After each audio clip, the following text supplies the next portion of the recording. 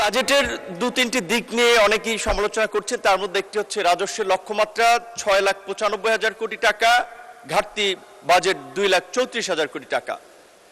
প্রকৃত অর্থে অর্থমন্ত্রী, আমি জানি উনি যে ভিশন থেকে এই লক্ষ্যমাত্রা নির্ধারণ করছেন, ঘাটতি দিয়েছেন, সেটি পূরণ করতে তারা সক্ষম হবেন।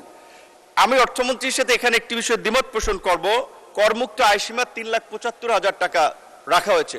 প্রকৃত অর্থে বাংলাদেশের বর্তমান আর্থসামাজিক বাস্তবতায় অ্যাভারেজ 30 থেকে 40,000 টাকার নিচে আয় করে মানুষ লাইফ লিড করা খুব ডিফিকাল্ট। সেক্ষেত্রে আমি মনে করি এটাকে 50,000 করে মান্থলি ধরে 6 লক্ষ টাকা পর্যন্ত যদি আয়কর মুক্ত করা হয় এবং তারপরে রেভিনিউ যদি আহরণ করার জন্য জোর দেওয়া হয়, কারণ এখন ইউনিয়ন পর্যায়ে, উপজেলা পর্যায়েও অনেক সক্ষম করদাতা পাবেন। কারণ বর্তমান যে করদাতা আছে সেখানে মাত্র 30 থেকে 35% মানুষ কর দেয়। সুতরাং আপনি যে সোশ্যাল সেফটি নেট সরকার এত এক্সপেনশন করতেছে, এখানে যদি কর আদায়ের দিকে আপনি গুরুত্ব দেন এবং কিছুটা এনফোর্স করতে হবে, তাহলে এই লক্ষ্যমাত্রা পূরণ অস্বাভাবিক কিছু নয়।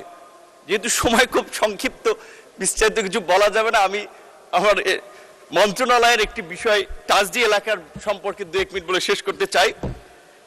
অনেক একটা বাস্তবসম্মত বাজেট, যেটি নিয়ে আমি পড়াশোনা করে খুব নেতিবাচক সমালোচনা করার মতো খুব বেশি কিছু পাই নাই।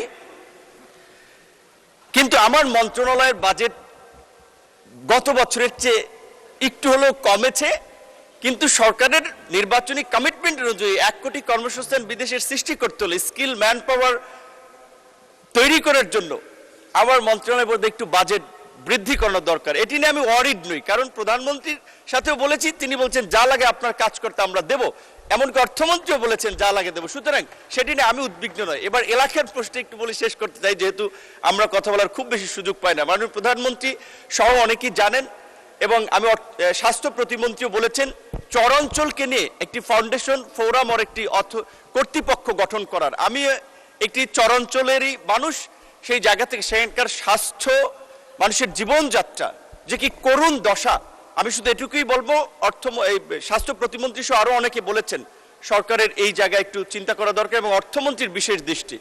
আমি আমার অন্যান্য মন্ত্রিসভার সদস্য, মাননীয় মন্ত্রী, প্রতিমন্ত্রী সহ সকলকে অনুরোধ করবো, যেহেতু আমরা এভাবে ফ্রিকোয়েন্ট কথা বলার সুযোগ পাই না, আমাদের এলাকার উন্নয়নের কোনো ডিউ লেটার কিংবা চাহিদাপত্র গেলে একটু মানবিক দৃষ্টিকোণ থেকে বিবেচনা করবেন এবং দ্রুত সময়ের মধ্যে যেন সেখানে কাজ হয়, তাহলে আমরা মানুষের কাছে সম্মানিত হব। যেহেতু সময় নাই, ধন্যবাদ সবাইকে।